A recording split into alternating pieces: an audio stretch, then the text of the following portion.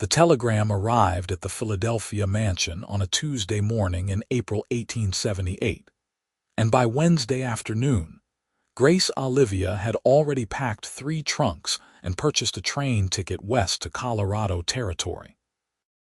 Her mother fainted twice, her father threatened to disown her, and her fiancé tore up their marriage contract in front of 40 dinner guests. But none of it mattered because Grace had made up her mind after reading those 17 words from her childhood friend Martha, inviting her to Fort Garland to teach at the new schoolhouse. She was 22 years old, unmarried despite her parents' best efforts, and suffocating in a world of tea parties, corsets cinched too tight, and conversations that never ventured beyond gossip and weather. The mansion, with its 12 bedrooms and marble staircases, had been her prison for too long, and she was finally breaking free. The journey took nearly a week, and with each passing mile, Grace felt the weight of expectation lifting from her shoulders. She watched the landscape transform outside her window, trading manicured gardens and cobblestone streets for endless prairie and rugged mountains. The other passengers in her rail car were a mix of fortune seekers, farmers, and families heading west with dreams in their pockets and determination in their eyes. An older woman named Mrs. Henderson sat beside Grace for 2 days, sharing dried apples and stories about her son who had started a cattle ranch near Denver. Grace listened hungrily, absorbing every detail about this new world she was entering. When the train finally pulled into the small station nearest Fort Garland, Grace stepped onto the platform and immediately understood that her old life was truly over. The air smelled different here, sharp with pine and dust, and something wild she could not name. Mountains rose in the distance, their peaks still capped with snow despite the spring warmth. The town itself was smaller than she had imagined, a collection of wooden buildings lining a single main street. But there was an energy here that Philadelphia had never possessed, a sense that anything could happen. Martha was waiting with a wagon, her face sun weathered and smiling. They embraced like the sisters they had once pretended to be during childhood summers at Martha's grandmother's farm, back before Martha's family had lost their money and moved west to start over. Grace had been 13 then, Martha 15, and they had promised to never lose touch. They had kept that promise through letters, though the correspondence had slowed when Martha married a rancher named Thomas Webb and settled into her new frontier life. "You actually came," Martha said, pulling back to look at Grace properly. "I half thought you would change your mind." "Not a chance," Grace replied, and she meant it with every fiber of her being. The schoolhouse was a simple one-room building at the edge of town, freshly painted white with real glass windows, which Martha assured her was quite modern for this part of Colorado. The teaching position paid $30 a month plus room and board, a fraction of what Grace could spend on a single dress back home, but the number felt like freedom. Martha and Thomas had prepared a small cabin behind their ranch house for Grace to live in, complete with a wood stove, a narrow bed, and a rocking chair that Thomas had built himself. That first week passed in a blur of preparation. Grace met the families whose children would attend her school, learned to manage the wood stove without smoking herself out, and slowly adjusted to the altitude that left her breathless after climbing even small hills. Fort Garland itself was a settlement built near the old military fort, established in the 1850s, and now serving as a trading hub for ranchers, miners, and travelers passing through the San Luis Valley. The population fluctuated between 200 and 300 people depending on the season, and everyone seemed to know everyone else's business. Grace heard about Cole Garrison before she met him. The women at the general store spoke about him while Grace was selecting supplies for her classroom, their voices dropping to that particular tone reserved for discussing unmarried men of a certain reputation. He was a horsebreaker, they said, the best in the territory. He had a ranch about 5 miles north of town where he trained wild mustangs and sold them to the army, to ranchers, to anyone who needed a good horse and had the money to pay.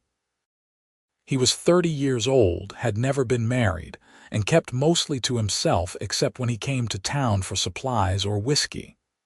Not the marrying kind, one woman said with a knowing look. Too rough around the edges, another agreed. Though handsome enough if you like that sort. Grace did not pay much attention to the gossip. She had not come west to find a husband, after all. She had come to escape exactly that fate. The school opened on a Monday morning in early May with 14 students ranging from age 6 to 15. Grace stood at the front of the room in a simple cotton dress, her dark hair pulled back in a practical bun, and felt more alive than she had in years. The children were curious and energetic, testing her boundaries and patience, but she had prepared for this. She had brought books from Philadelphia, real literature that her own tutors had used, and she had ideas about education that went beyond simple rote memorization. She was 3 weeks into the term when Cole Garrison walked into her classroom on a Thursday afternoon, his hat in his hands and dust covering his boots. School had just let out, and Grace was cleaning the slate board when she heard the door open behind her. She turned to find a tall man with sun-darkened skin and light brown hair that needed cutting watching her from the doorway. His eyes were an unusual shade of green, startling in their intensity, and there was a wariness about him that reminded Grace of the half-wild horses she had seen in the corrals around town. "Can I help you?" she asked, setting down the eraser. "Are you the new teacher?" His voice was rough, like he did not use it often. "I am, Grace Olivia." He shifted his weight, clearly uncomfortable in the school setting. "Cole Garrison, I have a situation." Grace waited, curious now. "My sister died last winter. Fever took her fast." He said it without emotion, but Grace saw the tension in his jaw. "She had a boy, Jacob. He is 8 years old now, and he has been living with me since November. I have been teaching him what I can, but he needs proper schooling." "I would be happy to have him," Grace said immediately. "Can he read at all?" "Some. His mother taught him letters before she passed." Cole looked down at his hat, turning it in his hands. "He is a good boy, but he has had a hard time. He does not talk much anymore." Grace felt her heart constrict with sympathy. Grief affects children differently than adults. Sometimes silence is the only way they know to protect themselves. Cole looked up at her then, really looked at her, and Grace felt something shift in the air between them. "That is what I thought too," he said quietly. "But I did not know if I was doing right by him." "Bring him tomorrow," Grace said. "I will make sure he feels welcome." Cole nodded, placed his hat back on his head, and left without another word. Grace stood in the empty classroom long after he was gone, thinking about grief and orphaned boys, and the unexpected vulnerability in a horse-breaker's green eyes. Jacob Garrison arrived the next morning riding double behind his uncle on a gray mare. The boy was small for 8, with dark hair and eyes that seemed too old for his face. Cole helped him down and walked him to the door where Grace was greeting students. Up close in the morning light, Grace could see that Cole was younger than she had first thought, probably not yet 30, despite the weathered quality of his features. He had shaved since yesterday, and his hair was damp like he had made an effort to tame it. "Jacob, this is Miss Olivia," Cole said, his hand on the boy's shoulder.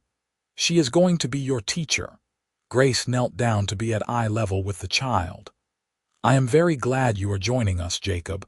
I saved you a desk right by the window where you can see the mountains." Jacob looked at her but did not speak. His face was solemn and closed off. He has a lunch pail, Cole said, handing over a battered tin container. I will pick him up when school lets out. That is fine, Grace said, standing. We finish at 3 o'clock. Cole hesitated, then leaned down and said something quiet to Jacob that Grace could not hear. The boy nodded once, and Cole straightened, gave Grace a brief nod and walked back to his horse. Grace watched him ride away, then turned her attention to Jacob, who was standing rigid with fear or sadness or both. Come on, she said gently. Let me introduce you to the others. The day was challenging. Jacob sat silently at his desk, completing the simple assignments Grace gave him but never raising his hand or speaking even when directly addressed. At lunch, he sat alone under a cottonwood tree while the other children played. Grace wanted to intervene but sensed that forcing the issue would only make things worse. Instead, she watched and waited. Cole arrived precisely at 3, and Jacob gathered his things with visible relief. Grace walked them both to the door. He did well for his first day, she told Cole. He knows his letters and numbers better than I expected. His mother was a teacher before she married, Cole said. Back in Kansas. I would like to give him some extra books to keep at home if that is all right. Sometimes children who have trouble speaking find it easier to express themselves through reading. Cole looked surprised but nodded. That would be fine. Grace went to her desk and selected 3 books from her personal collection, including an illustrated copy of Robinson Crusoe that had been her favorite as a child. She wrapped them in brown paper and handed them to Jacob. These are on loan, she told him. Which means you get to borrow them for as long as you need them, but I expect you to take good care of them. Jacob took the package carefully, hugging it to his chest.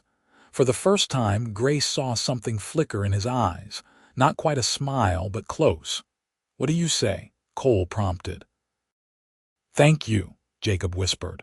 So quietly Grace almost missed it. It was the first time she had heard his voice, and it felt like a victory. Over the next few weeks, Grace fell into the rhythm of frontier life. She learned to manage the wood stove efficiently, to preserve food against the heat, to read the weather in the mountains. She made friends with several of the mothers in town and became a regular fixture at Sunday services in the small church. Martha and Thomas treated her like family, including her in dinners and town gatherings. Grace wrote letters home to Philadelphia describing her new life, though she did not mention how rarely she thought about the world she had left behind. Jacob came to school every day, always arriving with Cole and leaving with him. The boy remained mostly silent, but Grace noticed small changes. He started sitting with 2 younger boys at lunch. He volunteered to clean the slate board after lessons. And at home, according to Cole, he was reading the borrowed books obsessively, finishing Robinson Crusoe in less than a week. Cole himself remained something of a mystery. He was polite but distant, never staying to chat when he dropped Jacob off or picked him up.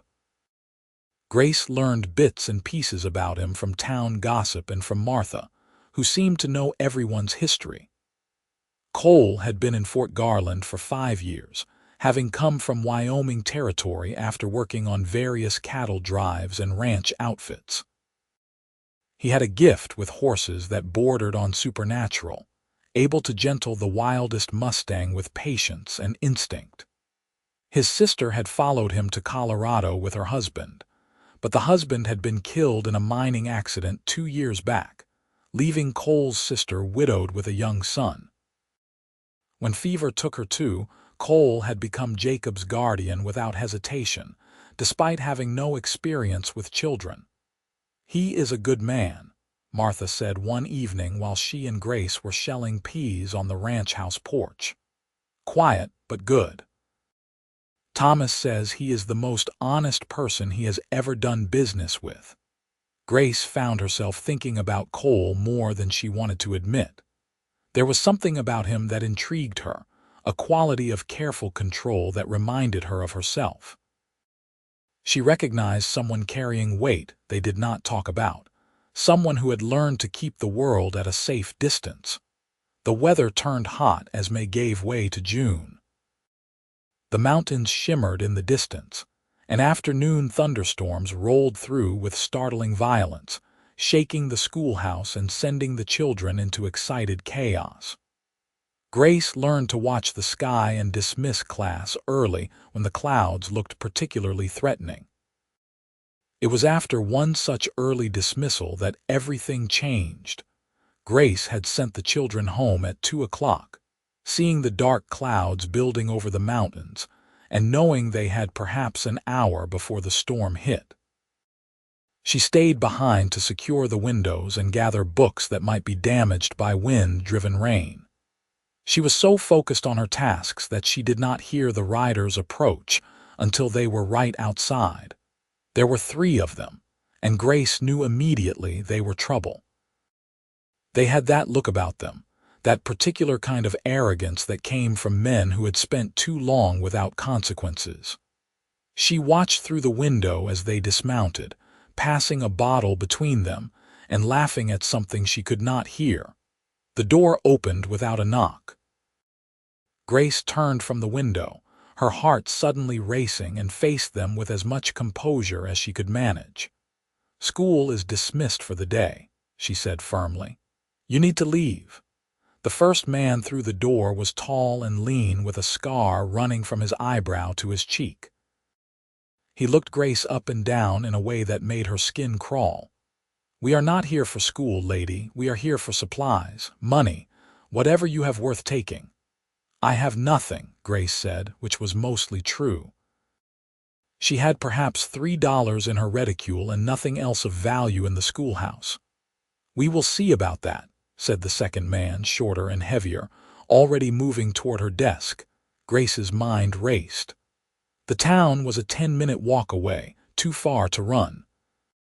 Her only weapon was a letter opener in her desk drawer, useless against 3 grown men.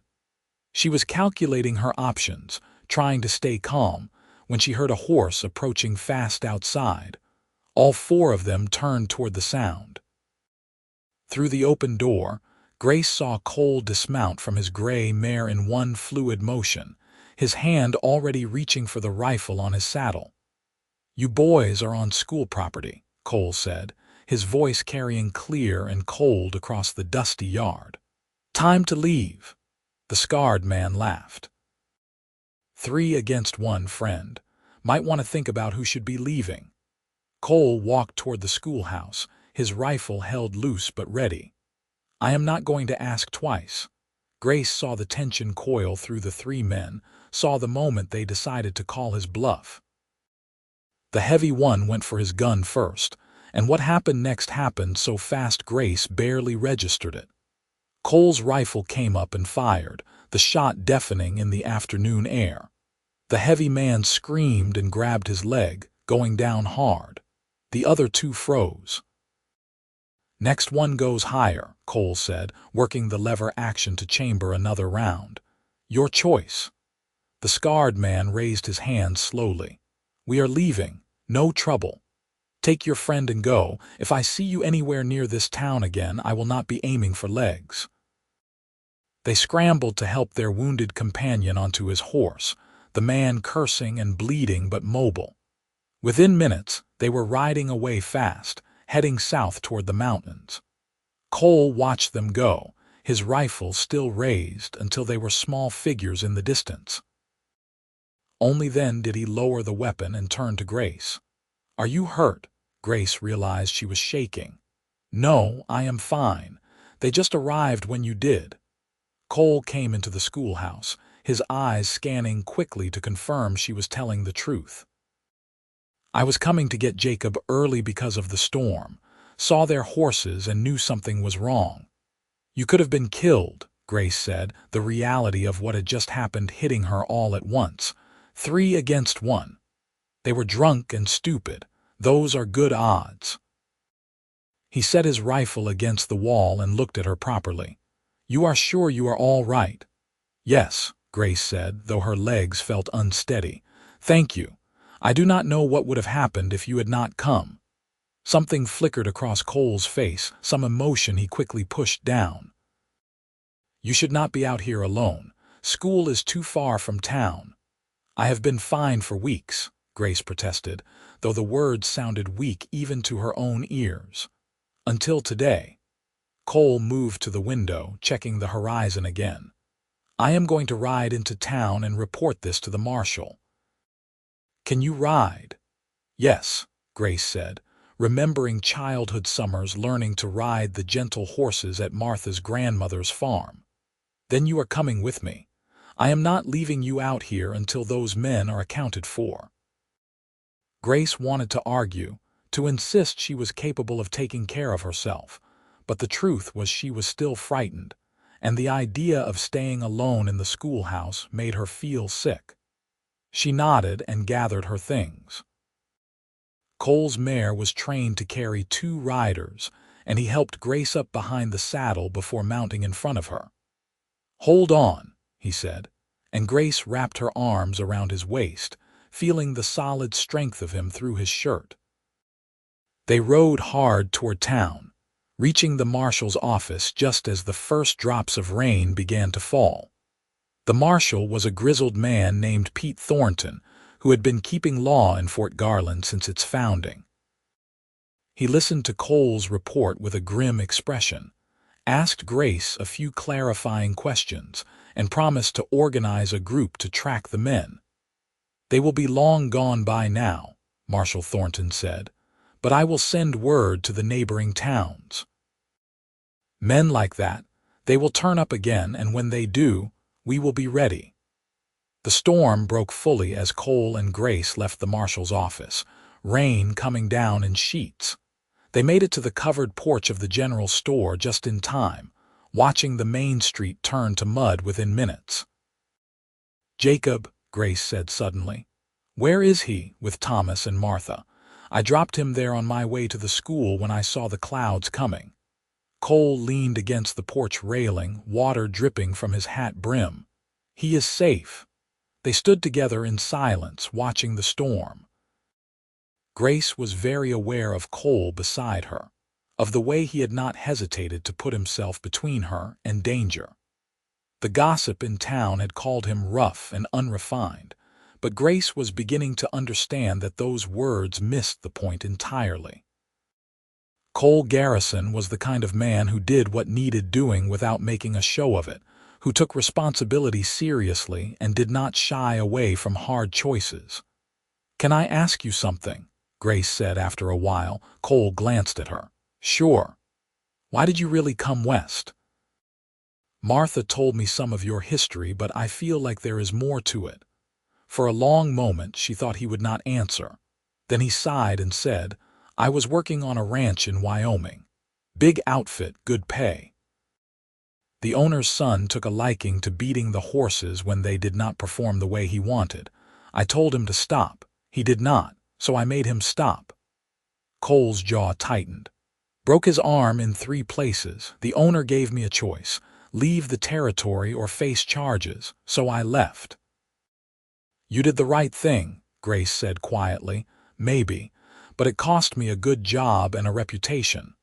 He looked at her, something vulnerable in his expression. "Sometimes doing right still leaves you with nothing." Grace thought about the mansion in Philadelphia, the life of comfort and security she had walked away from. "Sometimes having everything feels like having nothing," she said. "Sometimes you have to lose it all to figure out what actually matters."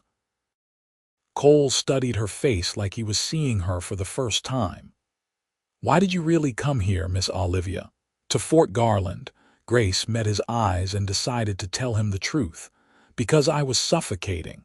My parents had my entire life planned out.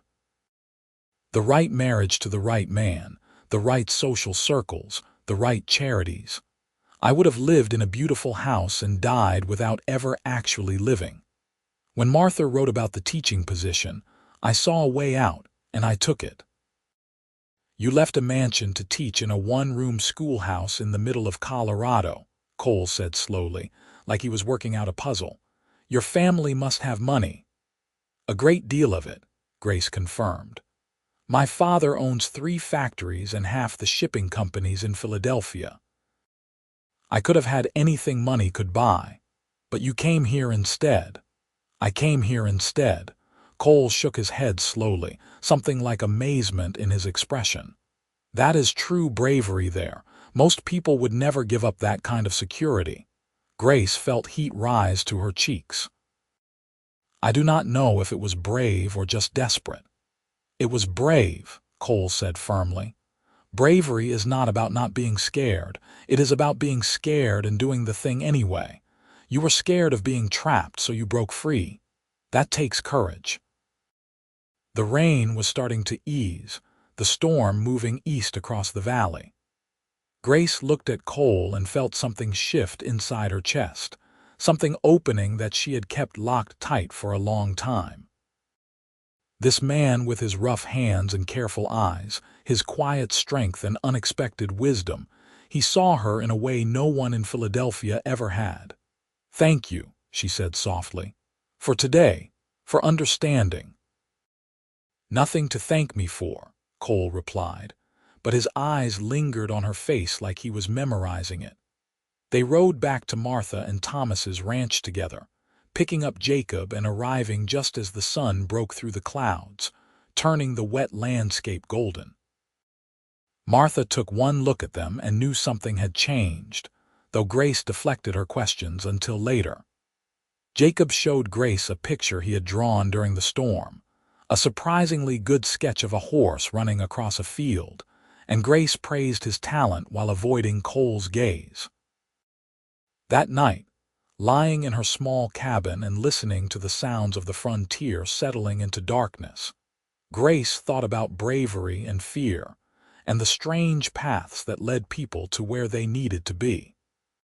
She had come west to escape one life, and had stumbled into another entirely, one that included danger and hardship, but also possibility. And somewhere in that possibility was Cole Garrison, a man who had saved her life, and then called her brave, a man who made her feel seen and understood in ways she had never experienced. She fell asleep thinking about green eyes and gentle hands training wild horses, and when she dreamed, it was of wide open spaces and freedom. The next morning, Cole was waiting when Grace arrived at the schoolhouse. He had brought materials to install a lock on the door and bars on the windows, practical protections that would make the building more secure. Grace watched him work, appreciating the efficiency of his movements and the care he took with the details. "You do not have to do this," she said. "I am sure the town would handle it." "The town talks about handling things and then takes 3 months to actually do them," Cole replied without looking up from the window frame. "This needs to happen now." Jacob arrived with several other students, and Grace started the school day while Cole continued working outside. By lunch, he had finished the windows and was installing a solid bolt lock on the door. Grace brought him water and a sandwich Martha had packed in her lunch. "You have a gift with your hands," she observed, watching him test the lock mechanism. Cole's mouth quirked in something almost like a smile. "Horses, carpentry, leatherwork. Give me something practical and I can usually figure it out. Put me in a fancy drawing room and I would break something in 5 minutes. Drawing rooms are overrated," Grace said. "They are mostly for show anyway. Nothing real ever happens in them. Unlike schoolhouses where men with guns show up uninvited." "Exactly," Grace smiled. "Very different kinds of problems." This time Cole did smile, a real one that transformed his face and made him look younger. Grace felt her heart do something complicated in her chest. Over the following weeks, Cole's visits to the school became more frequent. He would arrive early to pick up Jacob and stay to help with small repairs or to move heavy supplies. He and Grace fell into easy conversations, trading stories about their lives and learning each other's histories. Grace told him about Philadelphia society and the expectations that had crushed her spirit. Cole told her about working cattle drives, about sleeping under stars and learning to read weather and animal behavior. They discovered shared opinions on books, both having read and loved Ivanhoe and disagreed strongly on the merits of poetry. Jacob began to open up as well. He started speaking more in class, raising his hand to answer questions, and even laughing during recess games. Grace introduced him to Shakespeare through a children's adaptation of The Tempest, and the boy became obsessed, reading the simplified text over and over. She saw the way Cole encouraged this interest, heard him asking Jacob questions about the story, and her respect for him deepened. The town noticed, of course. Fort Garland was too small for anything to stay private for long. The women at church started asking Grace pointed questions about Cole's intentions. The men at the saloon apparently gave Cole grief about being sweet on the teacher.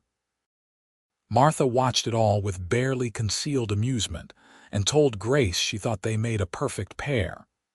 "He is different around you," Martha said one evening while they were mending clothes together. "Less guarded. Thomas says he has never seen Cole so comfortable with anyone." "We are friends," Grace said, though even she could hear how unconvincing it sounded. "Friends," Martha repeated skeptically. "Is that why you spend 20 minutes fixing your hair every morning before school?" Grace threw a sock at her, and they both dissolved into laughter. But the truth was, Grace did not know what to call what was developing between her and Cole. It was attraction, certainly. She found herself watching for him, listening for his voice, feeling more alive when he was near. But it was more than physical interest. She admired his integrity, his dedication to Jacob, his quiet competence. She loved the way he listened when she talked, really listened, like her thoughts mattered. And she had caught him watching her with an expression that made her breath catch, something intense and longing that he always shut down the moment he realized she had noticed. Summer deepened, and the school term continued. Grace organized a 4th of July celebration with patriotic recitations and songs, and half the town showed up to watch. Cole and Jacob sat in the front row, and when Grace's students performed a scene from The Tempest that she had adapted, she saw pride in Cole's face that made her heart swell. After the celebration, there was a dance in the town square. A makeshift band played fiddle music, and people twirled under strings of lanterns. Grace stood on the sidelines, watching the festivities when Cole appeared beside her. "Would you like to dance?" he asked, his voice uncertain in a way she had never heard before. "I thought you said you were no good in fancy situations," Grace teased. "This is not fancy. It is just people having fun." He held out his hand. "And I am willing to risk it if you are." Grace took his hand, and he led her into the crowd. He danced like he did everything else, with practical efficiency rather than grace, but he was steady and sure, and Grace found herself following his lead easily. They did not talk, just moved together under the lanterns, and Grace felt a rightness settle over her like the summer night air. This was where she was meant to be. This was who she was meant to be with. When the song ended, Cole did not immediately let go of her hand. "Can I walk you home?" he asked. Grace nodded, not trusting her voice. They walked slowly through the darkening streets, Jacob trailing behind them and pointing out constellations.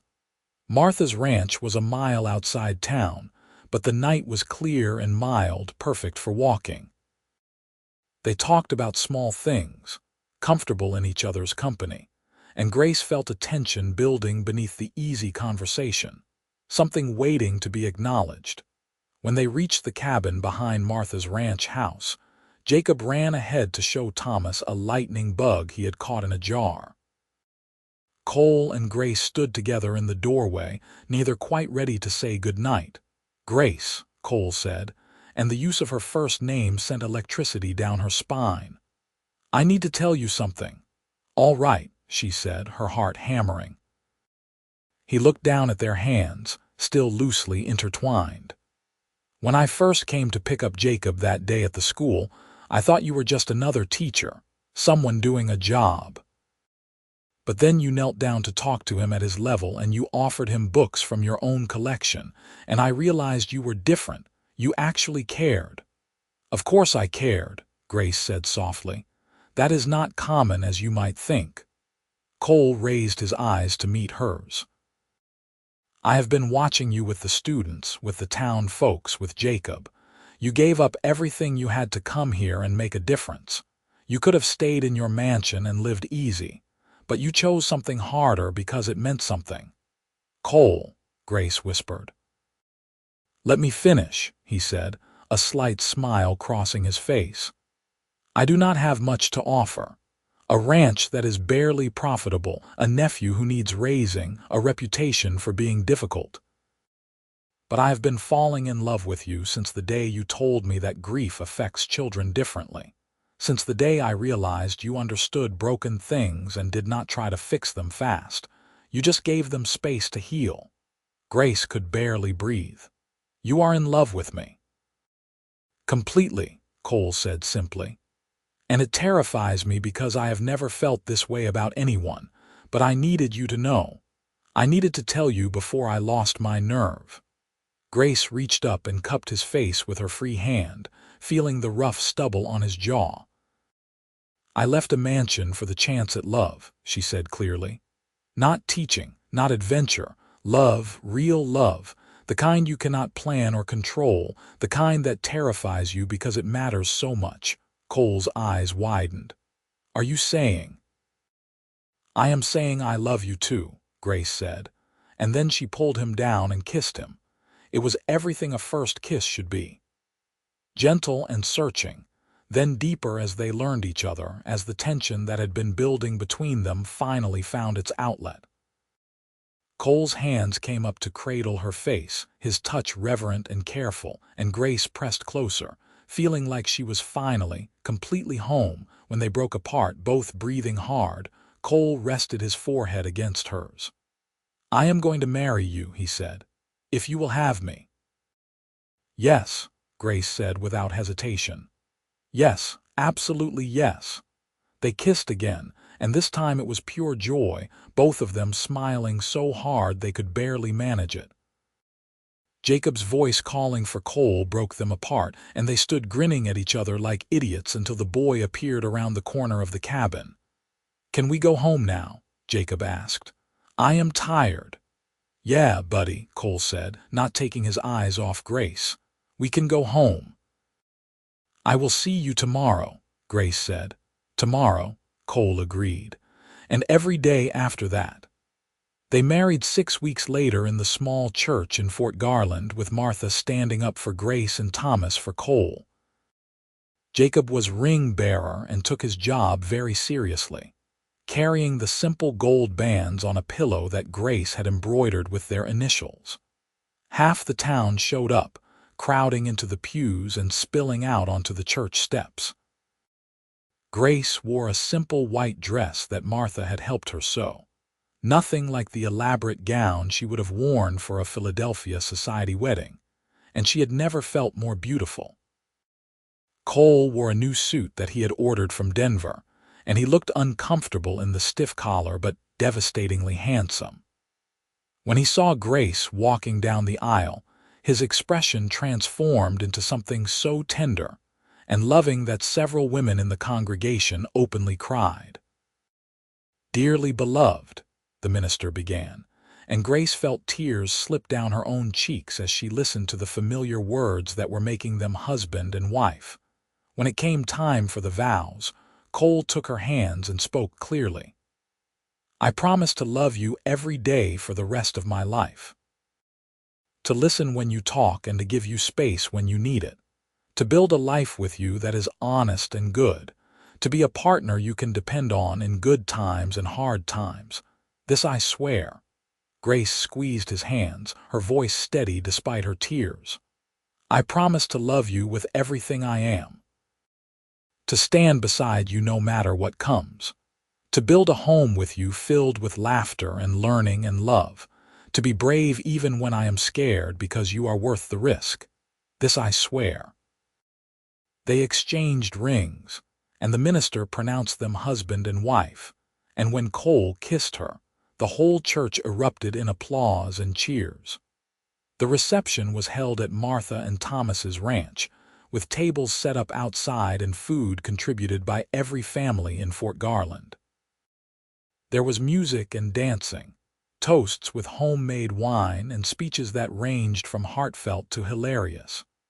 Grace danced with Cole, with Thomas, with the marshal, with students' fathers, until her feet ached and her face hurt from smiling.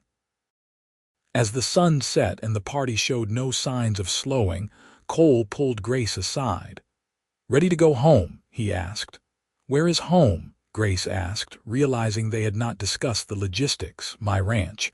Our ranch now." Cole smiled. "I have been fixing up the house all month. Added a real bedroom, reinforced the roof, built bookshelves for all those books you have. It is not a mansion, but it is solid and it is ours." "It sounds perfect," Grace said honestly. They said their goodbyes, collected Jacob, who was half asleep, on his feet, and rode out to the ranch as twilight turned to full dark. The house was a simple structure, wood frame with a front porch and shutters on the windows.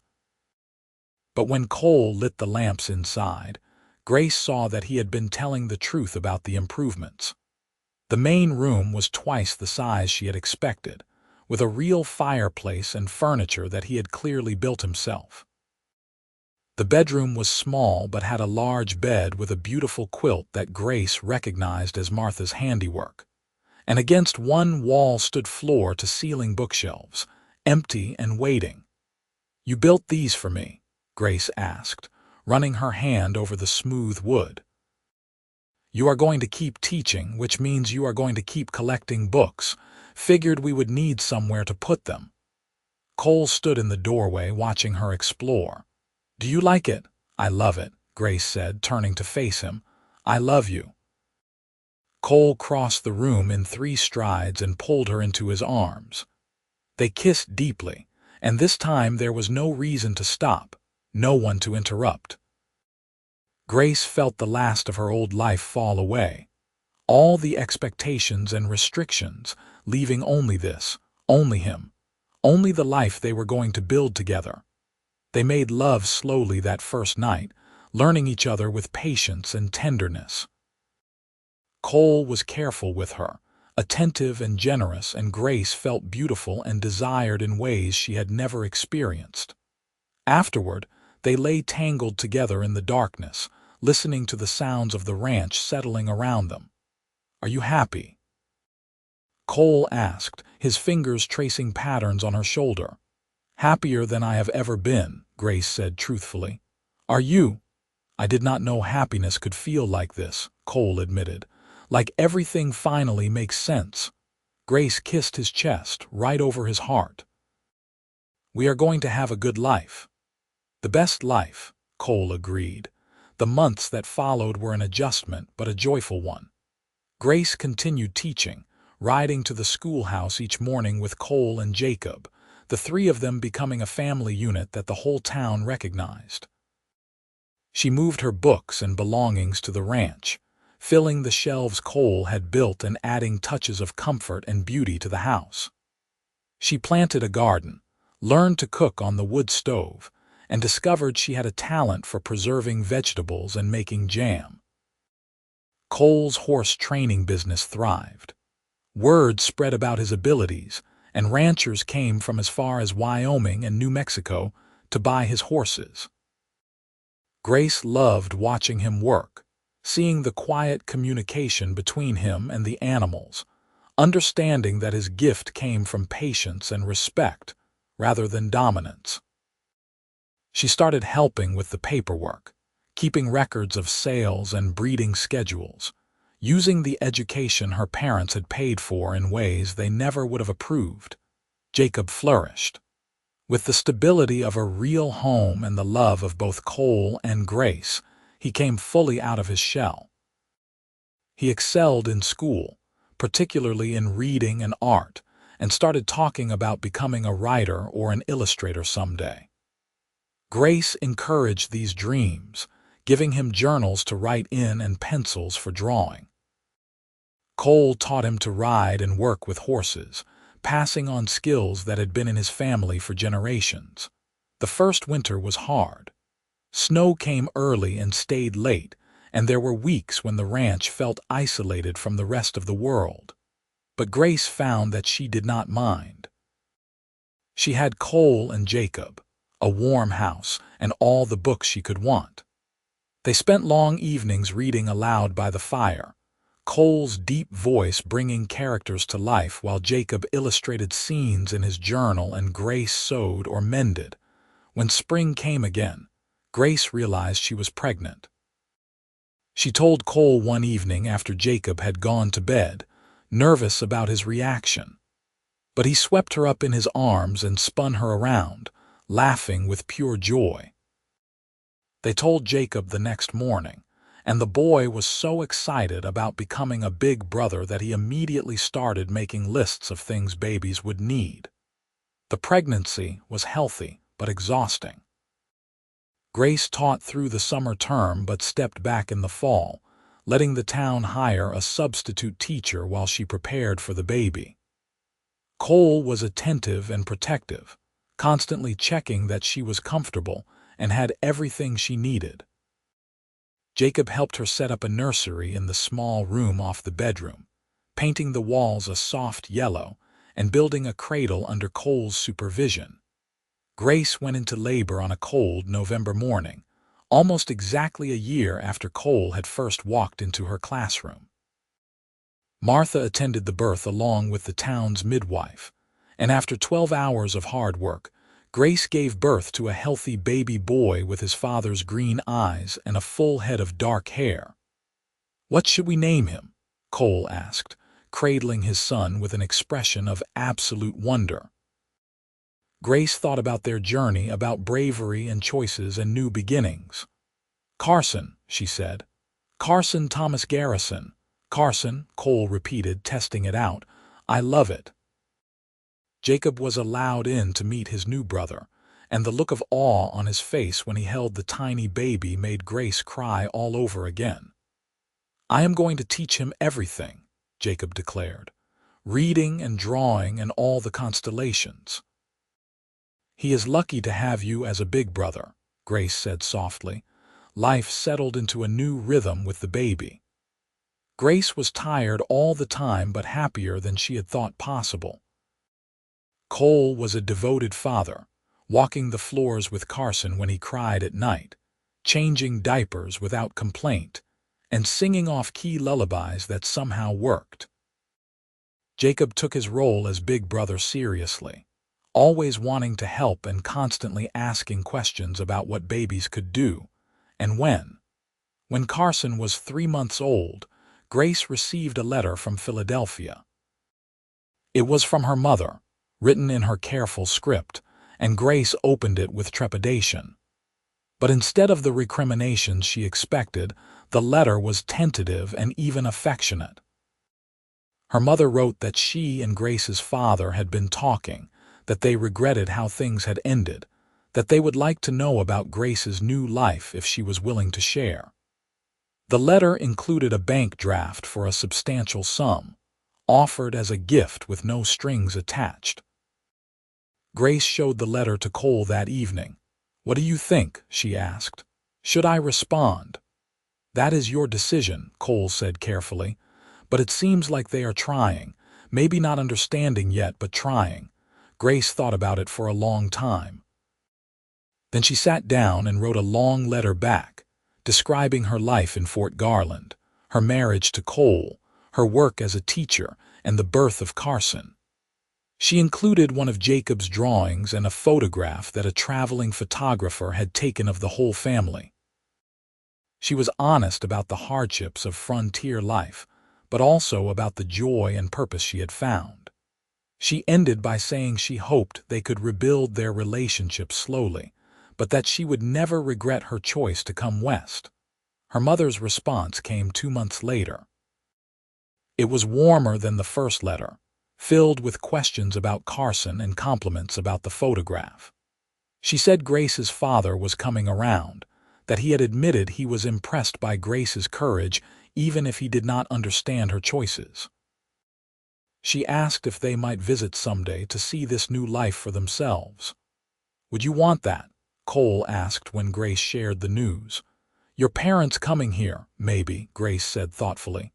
"Not yet, but someday I want them to see that I am happy, that I made the right choice." "You did make the right choice," Cole said, pulling her close. "For both of us." The years passed in a blur of joy and hard work. Grace returned to teaching part-time when Carson was old enough, working 3 days a week while Martha watched the baby. Jacob turned 13, then 15, growing tall and confident. He started submitting his drawings to newspapers in Denver and got his first commission when he was 16, illustrating a story about the frontier. He never forgot his mother, but the grief became something he could carry rather than something that crushed him. Carson was a happy child, curious and energetic, with his mother's love of learning and his father's gift with animals. By the time he was 3, he was following Cole around the ranch, mimicking his father's every move. Grace watched them together, her heart full, thinking about how far they had all come. When Carson was 4, Grace became pregnant again.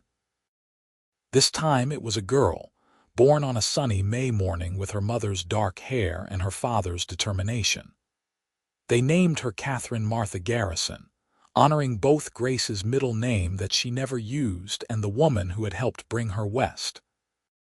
2 boys, 1 girl, Cole said, holding his daughter while Carson and Jacob peered at her with fascination. "Our family is complete." "Almost," Grace said with a smile. She had another secret, but this one could wait. 6 weeks after Catherine's birth, a letter arrived from the town council. They were establishing a proper school board and wanted to formally recognize Grace's contributions to education in Fort Garland. They offered her the position of head teacher with an increased salary and the authority to hire additional teachers as the town grew. It was recognition of everything she had built over the past 5 years, and Grace accepted with pride. The ranch thrived as well.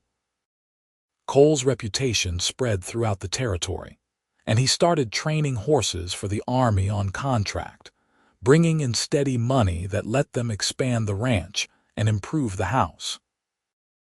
They added a proper kitchen, a second bedroom for the growing children, and a study where Grace could work on her lesson plans and keep her expanding library. Jacob left for Denver when he was 18 to pursue his dream of becoming an illustrator.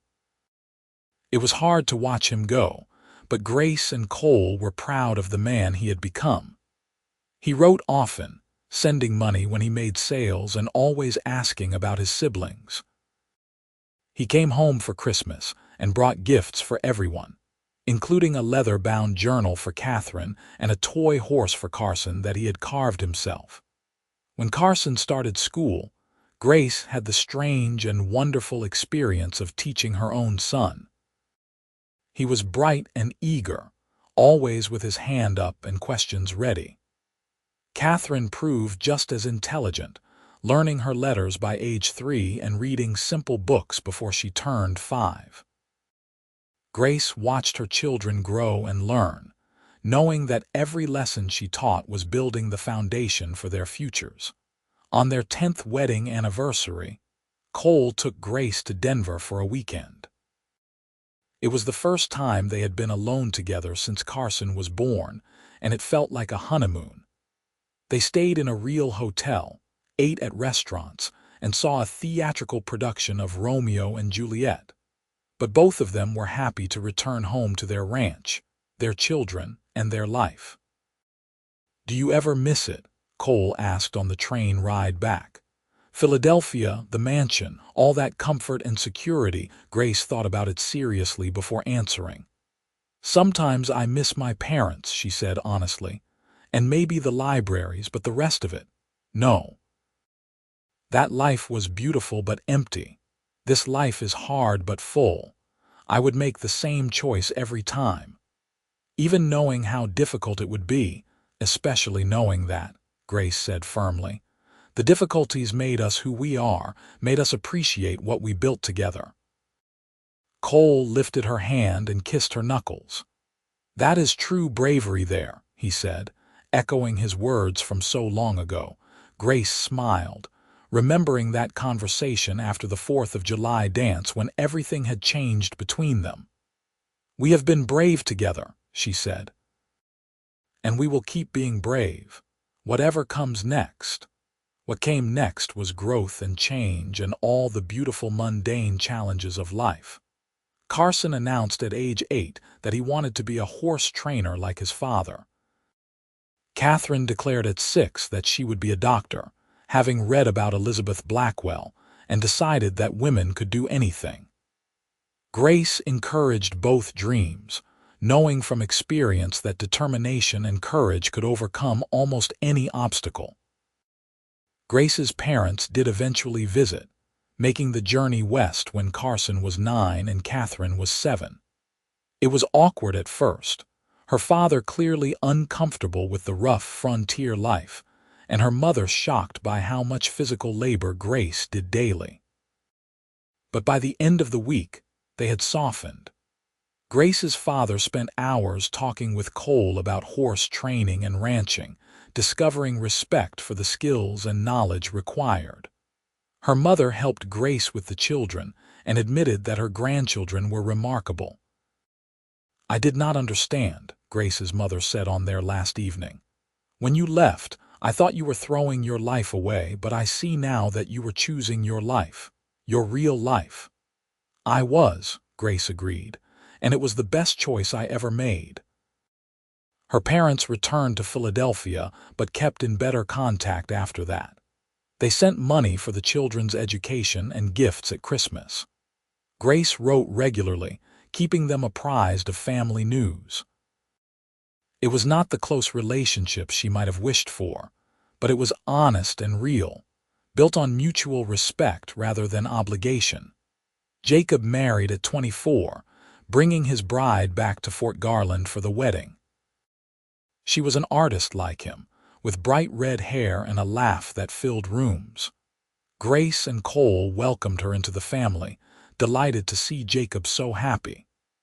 Within a year, they had a baby girl, making Grace and Cole grandparents at ages 39 and 47. We are too young to be grandparents, Grace complained, though she was smiling as she held her granddaughter.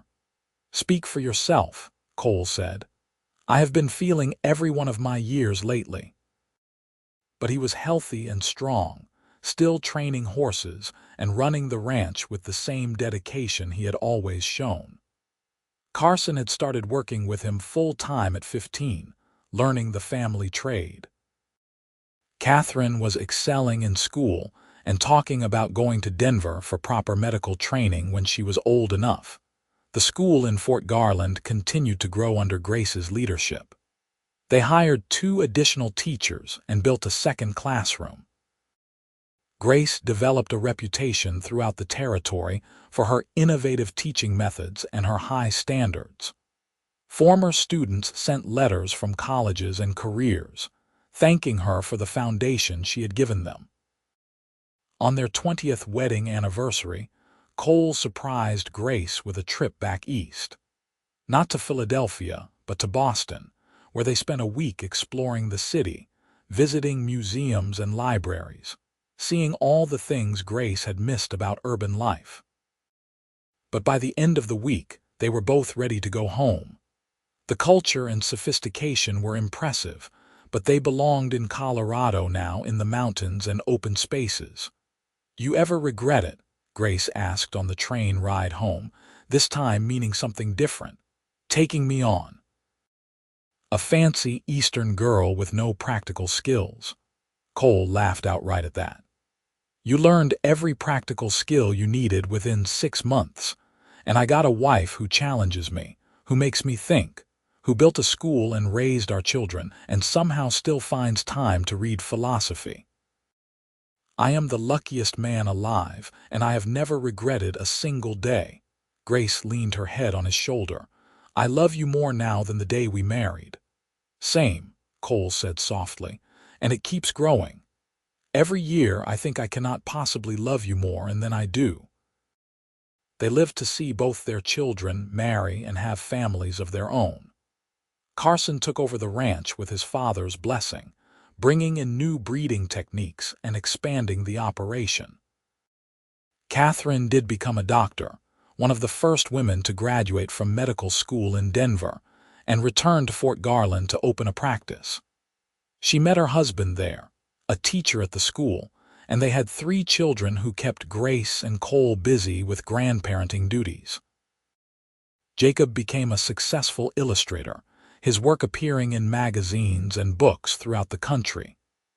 He and his wife had 4 children total, and they visited Fort Garland every summer, filling the ranch with noise and laughter. Grace retired from teaching at 60 but continued to volunteer at the school, reading to children and helping with difficult students. Cole finally slowed down at 65, handing the ranch operations fully to Carson, but still getting up every morning to help with the horses. They spent their later years surrounded by family, watching the town they had helped build continue to grow and thrive. On their 50th wedding anniversary, the entire town threw them a celebration. The church was packed with people whose lives they had touched over the decades. Students, now grown with children of their own, spoke about Grace's impact on their education. Ranchers testified to Cole's integrity and skill. Jacob, Carson, and Catherine all gave speeches about their parents' love and dedication. 50 years ago, Cole said when it was his turn to speak, I walked into a schoolhouse to ask about education for my nephew, and I met the most remarkable woman I have ever known. She had given up everything familiar to come west and teach children who needed her. When I found out she had left a mansion in Philadelphia for that chance, for the opportunity to make a real difference, I told her that was true bravery. I still believe that. Grace has been brave every day of our lives together, brave in ways big and small. And I have been honored to be her husband, her partner, and her friend. Here is to 50 more years. We will be over 100 years old, Grace pointed out, laughing through her tears. Then we better get started, Cole said, and he kissed her while the whole town cheered. They did not make it to 100, but they made it far enough. Cole passed away at 79, peacefully in his sleep with Grace beside him. She held his hand and told him she loved him, and his last words were best life. Grace grieved deeply, but without regret. They had lived fully, loved completely, and built something that would outlast them both. Grace lived another 5 years, still sharp and engaged despite her age. She spent her days with her children and grandchildren, reading, writing letters, and occasionally visiting the school to see what new innovations the teachers had implemented. She never remarried, never wanted to. Cole had been her great love, and that was enough for one lifetime. She died quietly one spring morning, sitting in the rocking chair on the ranch house porch with a book open on her lap. Carson found her there, looking peaceful and content. They buried her next to Cole in the cemetery overlooking the valley, with a headstone that read Grace Olivia Garrison. Teacher, wife, mother. She chose bravery. The story of the Eastern woman who left her mansion for love became something of a legend in Fort Garland. Parents told their children about Grace and Cole, about choosing purpose over comfort, about building a life based on what mattered rather than what was easy. The school was eventually renamed Garrison Elementary in their honor, and a photograph of the two of them hung in the main hallway, Cole and Grace standing together in front of their ranch house, both smiling, surrounded by their children and grandchildren.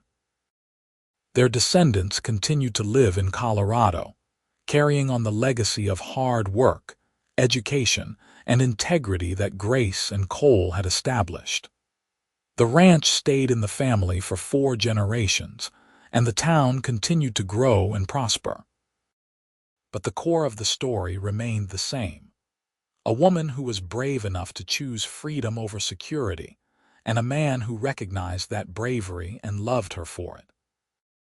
Together, they proved that the most extraordinary lives are often built from the simplest choice: to follow your heart even when it leads you somewhere completely unexpected, somewhere wild and challenging and ultimately beautifully worth it.